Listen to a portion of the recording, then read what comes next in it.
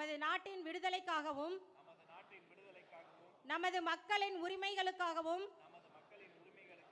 தமிழ் மண்ணிலிருந்து தீரத்துடன் போராடி உயிர் நீத்த எண்ணற்ற வீரர்களின் தியாகத்தை எப்போதும் போற்றுவேன்.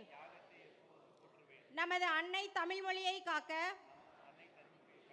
உயிர் தியாகம் செய்த மொழிப்போர் தியாகிகளின் இலக்கை நிறைவேற்றும் வகையில் தொடர்ந்து பாடுபடுவேன்.